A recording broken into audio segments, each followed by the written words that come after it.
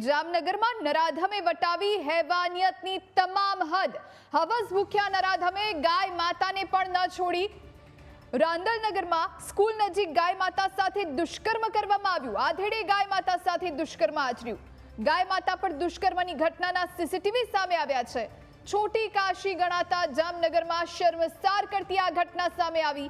ઘટનાને લઈને સ્થાનિક મહિલાઓએ વિરોધ કર્યો છે। નરાધમ સામે પોલીસ ફરિયાદ નોંધવાની તજવીજ શરૂ કરવામાં આવી છે।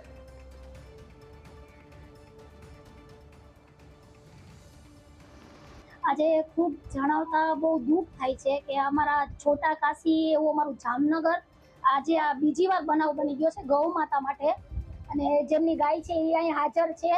અને આવા માણસો માટે કાયદાને બહુ બધું આમાં શું કેવું, કાંઈ શબ્દ નથી અમારી આગળ। આ વિશે વધુ જાણકારી માટે સંવાદદાતા સંજય આપણી સાથે ફોન લાઈન પર જોડાયા છે। સંજય, હેવાનિયતની તમામ હદ જામનગરમાં વટાવવામાં આવી છે। એક આધેડે ગાય માતાને નથી છોડી, જેને માતા તરીકે આપણે પૂજીએ છીએ, અને એની સાથે જ દુષ્કર્મ આચરવામાં આવ્યું છે।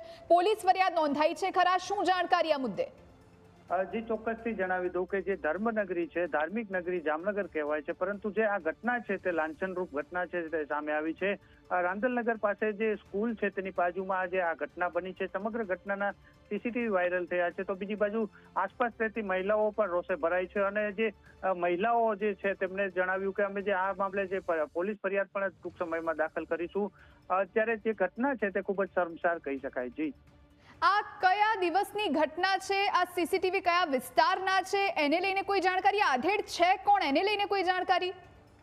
જે હાલ પ્રકારે સ્થાનિક મહિલાઓનું જણાવવા પ્રમાણે જે આધેડ છે તેઓ તે ઓળખતા નથી, પહેલી વાર તેઓએ જોયા છે, પરંતુ જે સીસીટીવી છે તે હાલ વાયરલ થયા છે, અને સીસીટીવી પણ 2-3 દિવસ જૂના હોય તેવું પણ જણાવવામાં આવી રહ્યું છે। જી, પોલીસ ફરિયાદને લઈને શું જાણકારી છે? હાલ જે મહિલાઓનું કહેવું છે કે સમગ્ર મામલે જે પોલીસ ફરિયાદ દાખલ કરવામાં આવશે, પરંતુ બીજી બાજુ જે પ્રકારે સોશિયલ મીડિયામાં જે આ વિડીયો વાયરલ થયો છે, સીસીટીવી વાયરલ થયા છે, જેમાં અપ્રાકૃતિક જે પ્રકારની ઘટના છે તે કહી શકાય, તેને લઈને પોલીસ પણ વિડીયોના આધારે જે તપાસ શરૂ કરી દીધી છે, અને આ મામલે આગળ કાર્યવાહી કરવામાં આવશે। જી સંજય, આભાર આપનો જાણકારી આપવા માટે। તો સીસીટીવી પણ અમે આપને બતાવી રહ્યા છીએ, પરંતુ એ એટલા માટે બ્લર કરી રહ્યા છે કારણ કે આ પ્રમાણેની હેવાનિયત, આવી માનસિક કોઈ વ્યક્તિની કઈ રીતે હોઈ શકે, સૌથી મોટો પ્રશ્ન ઉભો થયો છે। નરાધમે તમામ હદ વટાવી છે। આ પહેલા પણ આવો જ એક કિસ્સો સામે આવ્યો હતો, અને ફરી એક વખત જામનગરમાં આ ઘટના બની છે। સીસીટીવીને લઈ અને આ આધેડ છે કોણ તેને લઈ અને તપાસનો ધમધમાટ હવે કરવામાં આવશે। આપણી સાથે ફોન લાઈન પર ડોક્ટર અભિજીત ખન્ના જોડાયા છે। અભિજીતભાઈ, સ્વાગત છે આપનું ન્યૂઝ કેપિટલમાં। એક માનવતાને શર્મસાર કરતી ઘટના અને જે હેવાનિયતની હદ વટાવતી આ ઘટના બની છે જામનગરમાં, જ્યાં ગાય પર દુષ્કર્મ કરવામાં આવ્યું છે। પહેલા તો માનસિકતા કઈ રીતની હોઈ શકે આવા વ્યક્તિની? એટલે બેઝિકલી આવા માણસો હોય એ માનસિક રીતે અસ્થિર હોય, અને વિચારવાયુની પણ તકલીફ કહેવાય। હવે એ ઘણા બધા કારણો હોઈ શકે કે એને આ વસ્તુ શેના માટે કરી, શું એના મગજમાં ચાલતું હતું। એટલે પેલા કાં તો એ માણસ ઝડપમાં આવે તો આપણે એના સાથે કંઈક વાત કરીને અને પૂછી શકીએ કે ભાઈ આ વસ્તુ જે એણે કરી છે એ શેના માટે કરી છે, અને એના જવાબો ઉપરથી આપણો એક ક્વેશ્ચનેર હોય છે। જનરલી સાયકાટ્રીમાં એક ક્વેશ્ચનેર હોય, એ ક્વેશ્ચનેરમાંથી અમે લોકો એને ક્વેશ્ચન્સ પૂછીએ અને તપાસ કરીએ કે એ માનસિક રીતે સ્થિર છે કે નથી। જો માનસિક રીતે અસ્થિર હોય તો પછી આ જે દુષ્કર્મ કર્યો છે એ ટૂંકમાં બની શકે કે એને મગજમાં કંઈ કેવી રીતે ચાલતું હોય, અને કોઈ એને રોકવાવાળો ન હોય, એની પોતાની જજમેન્ટ બરાબર ન હોય, અને એણે આ વસ્તુ કરી હોય।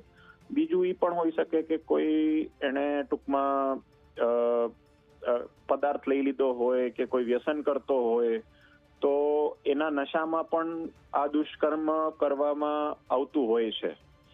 કાં એવું બીજી કોઈ માનસિક અસ્થિરતા હોય તો એના અંદર પણ આ બની શકતું હોય છે। પણ આજની દુનિયામાં એક બીજું આ પણ છે કે લોકોના મગજની અંદર, આ તો મેં તમને એક વાત કરી કે મગજની વિકૃતતાના કે એમાં કંઈક અસ્થિરતા હોય તો પણ સ્થિર માણસો પર જે હોય છે એ લોકોનું પણ આમાં સાયકેટ્રીમાં જોવામાં આવ્યું છે કે એ લોકોની ચોઈસ આવી હોય છે, તો એ પણ આવું દુષ્કર્મ કરતા હોય છે.